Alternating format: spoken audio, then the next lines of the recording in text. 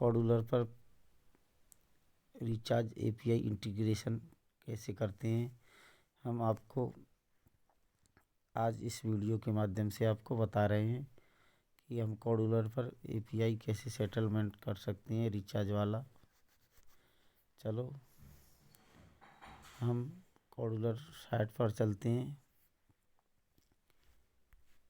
मैं अपनी साइट को ओपन कर लेता हूँ।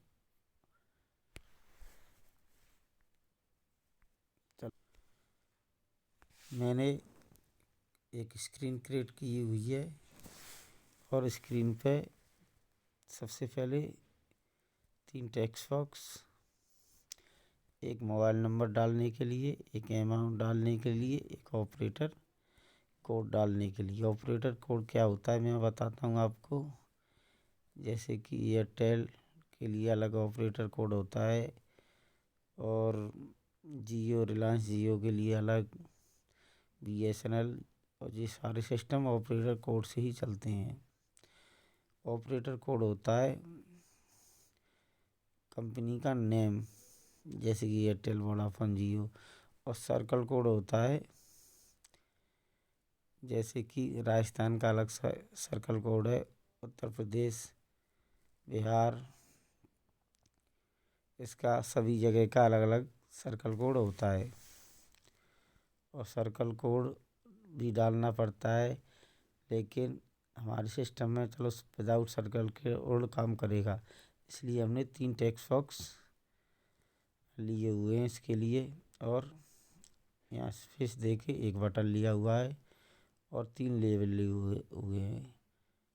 लेवल 1 स्टेटस के लिए, रिचार्ज सक्सेस होता है या फेल होता है इसके लिए। और रिचार्ज लेवल 3 हमने विजिबल कर रखा है। और लेवल ये है जो हमें कोडिंग में हम बताएंगे किस लिए है। और वैसे आप लेवल की ज़रूरत नहीं पड़ती है, इतनी डीबी का भी प्रयोग कर सकते हैं। और इसके लिए हमने बटन लिया हुआ एक, और एक नोटिफायर एक्टिविटी स्टार्ट की ज़रूरत नहीं है।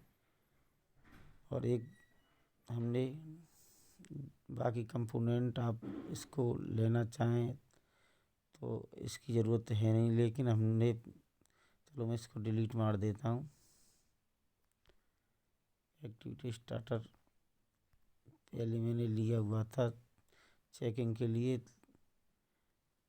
और एक वेब कंपोनेंट, एक क्लॉक, और एक जसन टूल्स एक्सटेंशन है। इसका लिंक मैं दे दूंगा आपको डिस्क्रिप्शन में वीडियो के में। और इसको इंटीग्रेशन कैसे करते हैं हम आपको ब्लॉग में जाके इसके बारे में आपको बता देते हैं।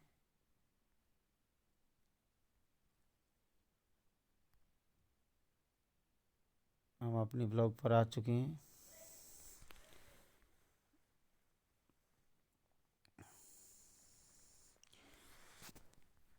मैंने एक टेक्स्ट बॉक्स को मोबाइल नंबर डालते हैं उसको, अगर कस्टमर खाली रखता है तो ये शो एरर आएगा। इसी प्रकार आप और भी टेक्स्ट बॉक्सों को लगा सकते हैं। अगर कस्टमर उसमें कुछ डालेगा तभी आगे सिस्टम आपका वर्क करेगा, इसलिए आप बाकी टेक्स्ट बॉक्सों को इसी प्रकार कनेक्ट कर सकते हैं। मैंने चेक के लिए आपके लिए एक टेक्स्ट बॉक्स को लगा दिया, as empty text box mobile number वाला। अगर एम्प्टी होता है तो एरर आएगा। और इसमें नंबर डालने के बाद आप इस प्रकार भी लगा सकते हैं, जैसे कि लेंथ टेक्स्ट बॉक्स की 10 नंबर होनी चाहिए जब ही काम करे। तो चलो मैं तो आपको एपीआई के बारे में बताता हूँ, ये आप खुद कर सकते हो। इसको किस प्रकार करना है। एपीआई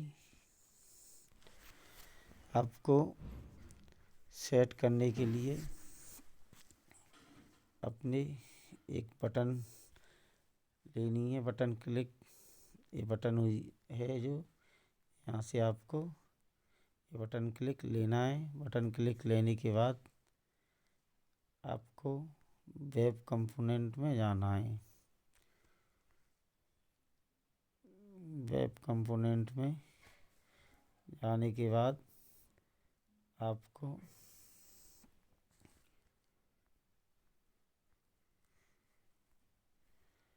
वेब URL 2 वाला कंपोनेंट यहाँ से उठा लेना है और ये यहाँ पे लगा देना है।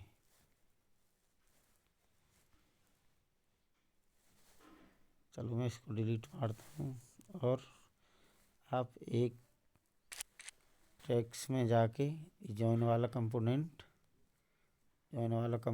यहाँ पर लगा देना है। मैंने जॉइन वाले कंपोनेंट और भी लगा दिए हैं, लेकिन आप एक ही जॉइन कंपोनेंट से इसमें काम चल जाता है। ये तो मैंने इस सिस्टम के लिए लगाया था क्योंकि इसमें थोड़ा सरल हो जाता है, क्योंकि मैं मोबाइल से काम कर रहा हूँ, इसलिए प्रॉब्लम नहीं आता है बार बार इसको बढ़ाने में। यहाँ से अगर मुझे बढ़ाने की ज़रूरत पड़ती है जॉइन कंपोनेंट को, तो ये यहीं से बढ़ जाएगा। और इसको ज़्यादा से यहाँ से बढ़ाएंगे तो भी कोई प्रॉब्लम नहीं है, लेकिन आप अपने हिसाब से कर सकते हो इसको। और फिर हम यहाँ पर जॉइन वाला कंपोनेंट के लेने के बाद क्या करना है, आप अपनी वेबसाइट पर जाना है आपको। चलो मैं वेबसाइट पर जाके आपको बता देता हूँ।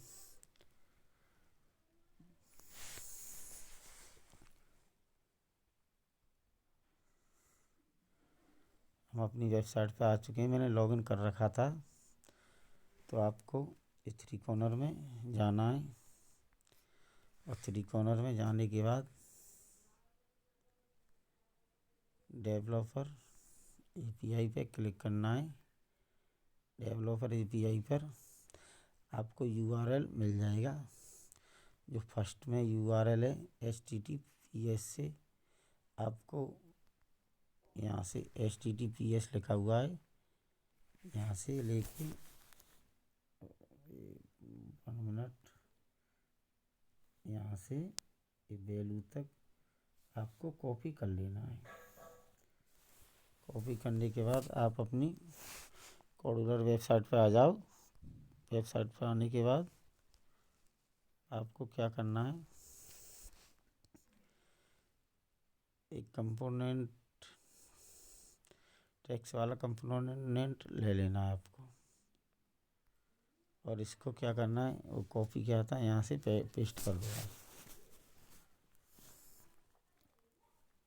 यहाँ से आप उसको पेस्ट कर दो, ओके कर दो, ठीक है। इसके बाद आपको जो हमने कॉपी किया था उसको आपको, जैसे कि मैं इसको उठा देता हूँ समझाने के लिए, इसको आपको यहाँ पर लगा देना है। अब मेरा यहाँ कहाँ तक लगा हुआ है ये बताता हूँ मैं आपको। आपको क्या करना है, API यूजर नेम तक लगा देना है आपको, या आप ऐसा करो कि यूजर नेम और ये सारे सिस्टम में फायरबेस से या अपने किसी डाटाबेस का प्रयोग कर रहे हैं उससे कनेक्ट कर सकते हैं। क्योंकि कभी कभी ऐसा होता है API चेंज या किसी अदर कारण से आपको ID पासवर्ड वगैरह रीसेट करने पड़े, तो डायरेक्ट फायरबेस से आप इसको चेंज कर सकते हैं। नहीं तो आपको ऐप को अपडेट देना पड़ेगा, तभी आप चेंज कर पाओगे। अगर आपने पासवर्ड चेंज कर लिया तो आपका ऐप काम नहीं करेगा। और इसमें हमने पासवर्ड डाल रखा है विदाउट फायरबेस या किसी स्प्रेडशीट के, तो प्रॉब्लम आ जाता है। तो आप इसको फायरबेस से भी URL को कनेक्ट कर सकते हैं, जैसे कि आप इसको एक साथ अलग अलग हिस्सों में कनेक्ट कर सकते हैं। जैसे कि मैं यहाँ से यहाँ तक इसको रहने देता हूँ। आपको यूआरएल फायरबेस से अलग कनेक्ट करना है या आप किसी डाटाबेस का प्रयोग कर रहे हैं वहाँ से भी कर सकते हैं। जैसे कि मैंने यहाँ तक मैं इसको कर देता हूँ। अभी मैंने यहाँ तक कर दिया, इसको अलग फायरबेस से कनेक्ट कर दो। यहाँ से यूआरएल लेके आपको डायरेक्ट यहाँ दे दे और फायरबेस से नहीं हो पाएगा तो आप यूआरएल को कनेक्ट नहीं कर पाएंगे तो आप इसको आईडी पासवर्ड को भी अपने पासवर्ड या जो आपका यूज़र नेम है उसको आप कनेक्ट कर सकते हैं। क्योंकि जैसे कि यूज़र नेम क्या होता है, यूज़र नेम जो आप यूज़र नेम होता है जो विदाउट यूज़र नेम इसको एपीआई को यूज नहीं किया जाता है। सभी कस्टमरों का यूज़र नेम अलग अलग होता है। जैसे कि मेरा यूज़र नेम यूज़र आईडी ये है और पासवर्ड अलग है तो आप उसको यूज़र नेम को देना पड़ेगा और पासवर्ड को। सर्कल कोड मैंने ब्लैंक रखा हुआ है, मुझे इसकी ज़रूरत नहीं है। सर्कल कोड बराबर आगे जाके इसको मैंने ब्लैंक कर दिया है। ये वाला कंपोनेंट टेक्स्ट का है जो इसको मैंने इसमें डाला नहीं है कुछ। और ऑपरेटर कोड में मैं टेक्स्ट बॉक्स के माध्यम से ऑपरेटर कोड डाला हुआ है। मैं टेक्स्ट बॉक्स में जो फिल करूँगा ये वहीं रिचार्ज करेगा। जैसे कि एयरटेल के लिए मैंने ए का प्रयोग लिया है तो ये डालूँगा तो एयरटेल का रिचार्ज होगा एयरटेल नंबरों पर। और जैसे कि जियो के लिए उसमें ऑपरेटर कोड आरसी दे रखा है तो आरसी डालूँगा ऑपरेटर कोड तभी ये रिलायंस जियो का रिचार्ज होगा। तो इसको आपको कैसे करना है, जैसे कि चलो इसके बारे में मैं अभी बता देता हूँ आपको। पहले एपीआई इंटीग्रेशन के बारे में बता देता हूँ। इसको अलग अलग पार्टों में आपको डिवाइड करना है। मैं इसको यहाँ से निकाल देता हूँ और उसी कंपोनेंट को लगा देता हूँ तो मैंने डिवाइड कर रखा है। आप अपने हिसाब से इसको अलग अलग कर सकते हैं, इसमें ऐसे कोई प्रॉब्लम नहीं आएगी कि सेम टू सेम इसी प्रकार आपको रखना है। केवल आपको यूजर नेम और ऑपरेटर कोड वगैरह डालने के लिए आप अपने हिसाब से इसको कर सकते हैं। इसमें ऑपरेटर कोड को बिठाना पड़ता है तभी ये काम करेगा। और जैसे कि मैं इसको काट देता हूँ। अब हमने जैसे कि इस प्रकार आप कर सकते हैं। जैसे कि हमने अभी ये एपीआई तक कॉपी किया, एपीआई तक रखा था ऑपरेटर और सिस्टम को हमने अलग किया। अब हमको इसको काट देते हैं और जो हमने कॉपी किया हुआ उसको दोबारा पेस्ट कर देते हैं। हम कैसे अलग करना है, जैसे कि हमने एपीआई तक कॉपी किया था अब हम यहाँ से इसको काट देंगे। ठीक है गाइस, और यहाँ से हम इसको डिलीट मार देंगे। मैं इसको डिलीट मार के आपको दिखा देता हूँ। मैंने इसको डिलीट मारा वैल्यू तक। इसको जैसे कि यूजर नेम मेरा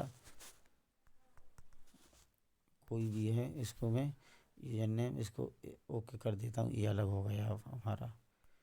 इसी प्रकार आपको अलग अलग पार्टों में इसको सेटलमेंट कर देना है। अलग अलग पार्टों में इसको यूजर नेम पासवर्ड को और पासवर्ड टेक्स्ट बॉक्स के माध्यम से देना चाहते हैं या इसको जैसे कि यहाँ पे मैंने ये डिलीट मार दो। यूजर नेम एक रखना कैसे है, इसमें आपको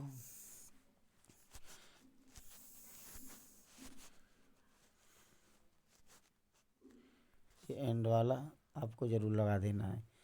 हर या तो इसके पहले लगा देना है, जैसे कि पासवर्ड में लगा हुआ है यहाँ पर ये वाला पासवर्ड पे, या आप पहले लगा दो या इससे पहले आना चाहिए, मतलब पासवर्ड से पहले एंड वाला कंपोनेंट। इसको भूल नहीं जाना है आपको, इसको सही तरीके से, नहीं तो ये वर्क नहीं करेगा। तो इसको एपीआई इंटीग्रेशन में ज़्यादा प्रॉब्लम नहीं है, ये आप खुद सही ढंग से कर सकते हैं। इसके बाद आपको क्या करना है, इसको अलग अलग डिवाइसों में कन्वर्ट करने के बाद यहाँ पर आपको ऑर्डर आईडी में रैंडम इंटीग्रेट फॉर्म वाला कंपोनेंट लेके आपको इसको देख लेना है। 1 फिर 0 0 0 0 0 0 कितनी जीरो, इसमें 6 जीरो हैं। 1 उसके बाद 6 या इसको आप 6 7 1 ले सकते हैं, 1 1 1 या, और इसमें मैंने यहाँ 9 लिया हुआ है। यहाँ 9 कितना है, 1 2 3 4 5 6 7 8 9 10 9 लिया हुआ है मैंने। और इसमें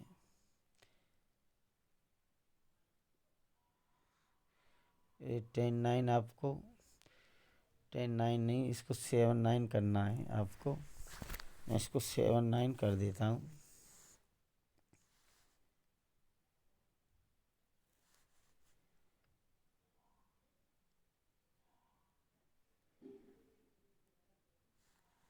इसको 7 9 कर दिया है, क्योंकि ये मुझसे ज़्यादा डायल हो गया था। क्योंकि हमें 7 डिजिटल में ऑपरेटर आईडी अपनी सेटलमेंट करनी है। इसको भी मैं एक बार चेक कर लेता हूँ। 1 2 3 4 5 6,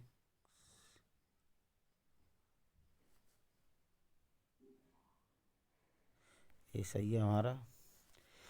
और इसी प्रकार आपको जसन टूल का कैसे प्रयोग करना है।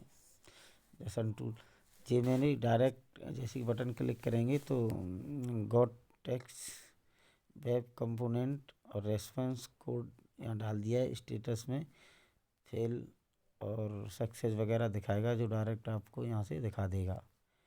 और जसन टूल्स पे जाना है। अगर इसको जैसे कि रिचार्ज हुआ, रिचार्ज सक्सेस के लिए और ट्रांजैक्शन आईडी या किसी भी अमाउंट वगैरह ऑपरेटर कोड के इसको अलग करने के लिए आपको इसको अलग अलग करना है। तो आप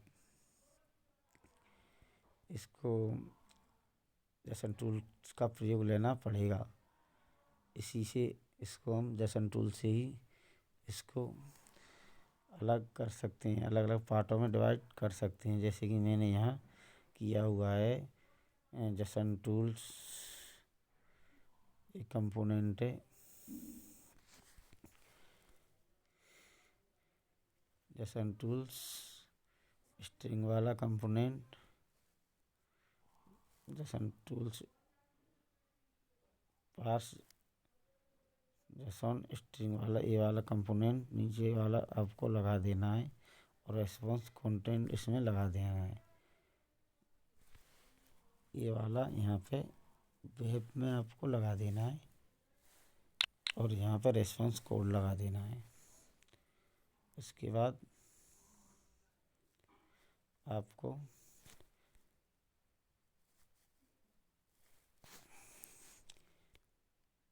gate string value airport name वाला आपको कंपोनेंट लेना है। मैं इसको आपको बता देता हूँ, एक कहाँ मिलेगा, गेट वाला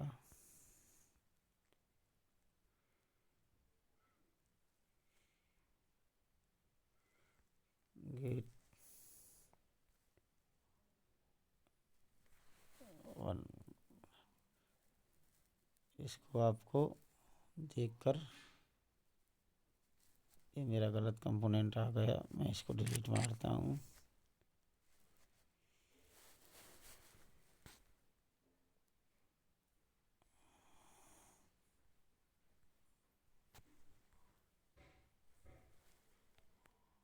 गेट गेट स्ट्रिंग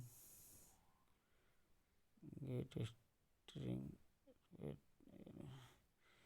ये वाला कंपोनेंट यहाँ से आपको यहाँ लगा देना है। इस तरीके से नहीं लगाना है। ये या तो आप इस किसी लेवल को लेवल में लगा सकते हैं। और या 3 dB का भी प्रयोग ले सकते हैं यहाँ पर। 3 dB जो इस तरीके से लगाया हुआ है मैंने, या लेवल को विजिबल करके लगा सकते हैं। मैंने एक लेवल को विजिबल तो नहीं किया है, लेकिन उसको टेक्स्ट में जो सिस्टम आपको बिठाना है वहाँ इसको लगा सकते हैं। जैसे कि मैंने यहाँ लेवल 2 का प्रयोग जैसे किया है, जैसे कि क्लॉक जो गॉट टेक्स्ट वेब कंपोनेंट में कोई रेस्पॉन्स होगा तो क्लॉक शुरू हो जाएगी, क्लॉक चालू हो जाएगी, अपना काम शुरू कर देगी। उसके बाद लेवल टेक्स्ट बराबर फेल्यूर है। अगर फेल आता है, जैसे कि मैं आपको दिखा देता हूँ एक स्क्रीनशॉट इसका स्क्रीनशॉट लिया हुआ है मैंने। स्क्रीनशॉट मैं आपको इसका स्क्रीनशॉट दिखा देता हूँ। जो JSON फाइल है, जो एक्सटेंशन है, इस प्रकार आपको डालना है। जैसे कि स्टेटस लिखा हुआ है तो वहाँ पर स्टेटस ही डालना पड़ेगा आपको। उसमें कोई स्पेलिंग की मिस्टेक नहीं करनी है आपको। जैसे कि TXID ट्रांजैक्शन ID के लिए तो TXID उसमें डालना है एक्सटेंशन में। और कहाँ डालना है मैं आपको बताता हूँ। और जैसे कि अमाउंट इसको इस माध्यम से शो कराना है तो अमाउंट ऑपरेटर ID डालना है। तो इसमें आपको मालूम पड़ेगा रिचार्ज पेंडिंग है या फेल है या सक्सेस है, क्योंकि सारे रिचार्ज होते हैं जो पहले हिट पेंडिंग में होती हैं उसके बाद सक्सेस होती हैं। तो आप अपने हिसाब से इसको सेटलमेंट कर सकते हैं। मैं इसका रिचार्ज भी एक करके दिखा दूंगा आपको अभी। और मेरा सक्सेस वाला मैं आपको स्क्रीनशॉट और दिखा देता हूँ। ये सक्सेस है, जैसे कि स्टेटस सक्सेस है। तो आपको क्या करवाना है, इसको पहले अलग अलग पार्टों में डिवाइड करना पड़ेगा आपको। रिचार्ज सक्सेसफुल, जैसे कि ऑपरेटर ID को भी आपको अपनी लिस्ट व्यू में डालना है तो डाल सकते हैं, नहीं तो आप ट्रांजैक्शन ID भी डाल सकते हैं। ऑपरेटर ID आप अपने पास रख सकते हैं, अपने अलग से अपनी स्प्रेडशीट में इसको सेटलमेंट कर सकते हैं। इसकी कभी कभी ज़रूरत पड़ जाती है।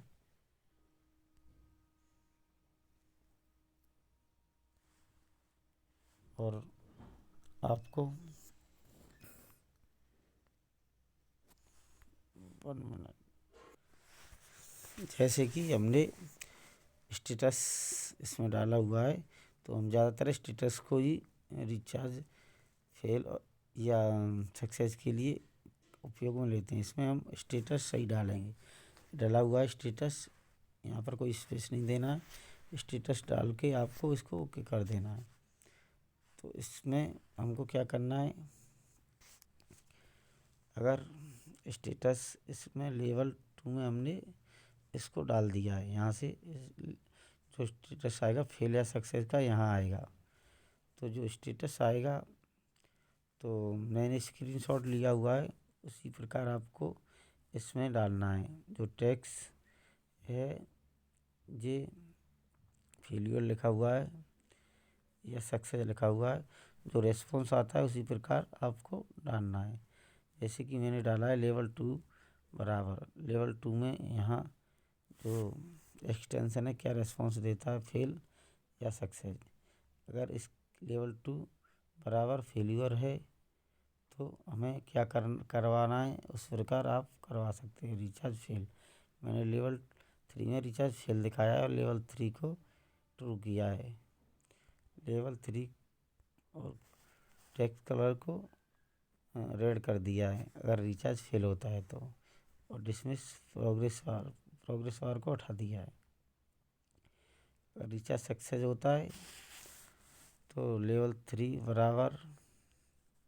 बराबर सक्सेस है तो लेवल 3 विजिबल टू ट्रू हो जाएगा और रिचार्ज सक्सेस लिखा हुआ आ जाएगा। उसका टेक्स्ट कलर हरा हो जाएगा। और इसमें रिचार्ज सक्सेस हो जाएगा। और प्रोग्रेस बार को मैंने यहाँ से डिसमिस कर दिया है और टाइमर को मैंने फॉल्स कर दिया है। इस प्रकार आप इसका एक्सटेंशन का भी प्रयोग अलग अलग पार्टों में डिवाइड करने के लिए, अगर इनमें से कोई भी नहीं है तो प्रोग्रेस बार डिसमिस हो जाएगा, क्लॉक फॉल्स हो जाएगा। और आप इसमें और भी इसको आप अपने हिसाब से अच्छी तरीके से सेटलमेंट कर सकते हैं। अगर कोई भी प्रॉब्लम आती है तो आप हमें बताएं और हम इसको दोबारा से इस पर कोई, अगर आप वैसे तो कोई प्रॉब्लम है नहीं इसमें, तो प्रॉब्लम आती है कुछ तो हम इसको सेटलमेंट करने की पूरी कोशिश करते हैं। और जैसे कि मैंने अमाउंट को अलग करने के लिए ये दो कंपोनेंट, ऐसे अमाउंट अलग करना है तो इसको अमाउंट में लगा सकते हैं। और जो लेवल की जगह पर आप 3 dB का भी प्रयोग कर सकते हैं, ये अपने हिसाब से कर सकते हैं। मैं इसको एक ऐप में और बता देता हूँ आपको। जैसे कि ये जो ऑपरेटर कोड होता है ना, ऑपरेटर कोड, आप तो कुछ दिमाग में डाउट होगा कि ये ऑपरेटर कोड डालना है, खाली ये थोड़ी ना डालना है वहाँ पर। और जैसे कि जियो के लिए RC डालना है तो RC कस्टमर को तो रिलायंस दिखना चाहिए ना, जियो दिखना चाहिए, जैसे कि वोडाफोन दिखना चाहिए, एयरटेल। उसके लिए आपको क्या करना है, जैसे कि मैं एक ऐप पे ले के चलता हूँ। जो ऐप मैंने बनाया था, थोड़ा उसमें काम अभी बाकी है तो मैं इसमें अभी, चलो मैं इसको ओपन कर लेता हूँ। मैं लॉगिन करता हूँ, इसको लॉगिन करके आपको दिखा देता हूँ।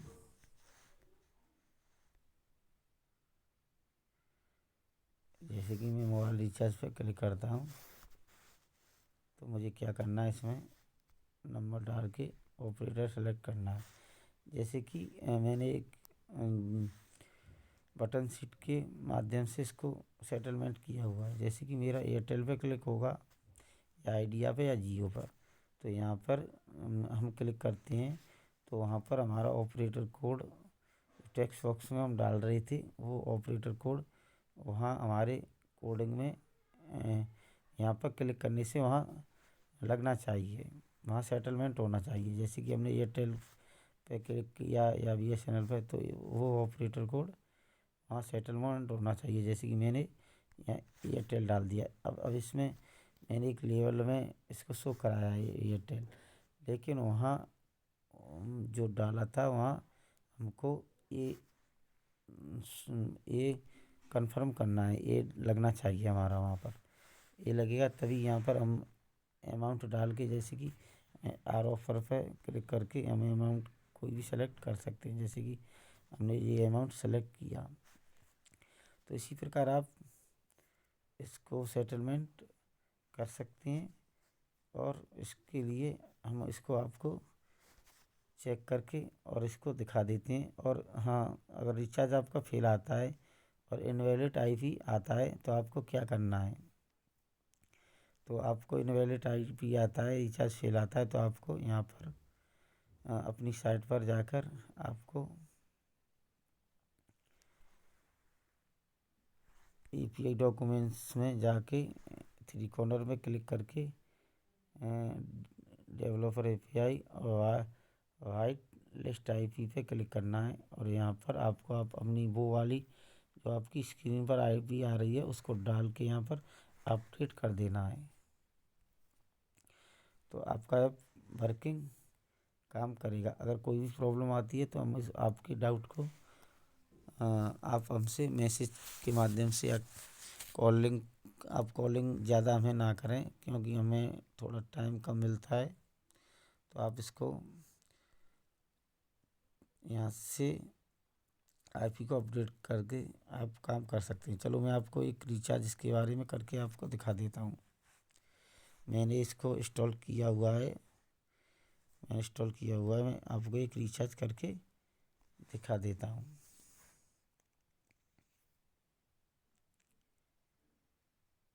मैं अपनी नंबर डाल देता हूँ उसमें।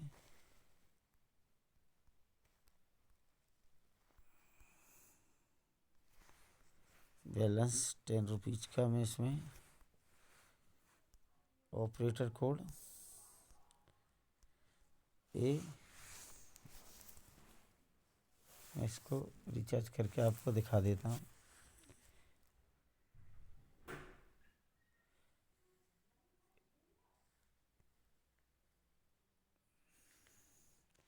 ये अभी मेरा पेंडिंग में है नेटवर्क की वजह से, लेकिन आप यहाँ से रिचार्ज कर सकते हैं। लेकिन रिचार्ज मेरा सक्सेस है जी। मैं आपको ये मेरा पेंडिंग चला गया है नेटवर्क की वजह से। नेटवर्क मेरा स्लो है थोड़ा, और वैसे मैं इसको